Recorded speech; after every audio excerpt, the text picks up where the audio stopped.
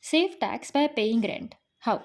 People usually have to move to a different city in order to work and they may end up paying rent for accommodation. And HRA is eligible for income tax exemption. Hence, if you are paying rent, then it can be a great way to reduce your taxable income. But the maximum HRA that you can claim is the lowest of the HRA that your employee pays you, actual rent paid minus 10% of basic pay, or 50% of basic salary if you live in a metro city like Mumbai, Delhi, or 40% of basic salary if you live in a non metro city. So let's understand this with an example.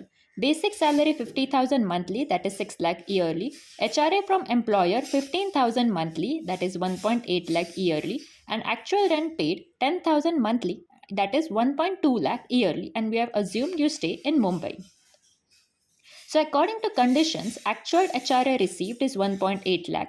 Actual rent minus 10% of basic salary comes out to 1.2 lakh minus 10% of 6 lakh, that is 60,000, and metro city is so 50% of basic salary, that is 3 lakh. So minimum of 3 is 60,000.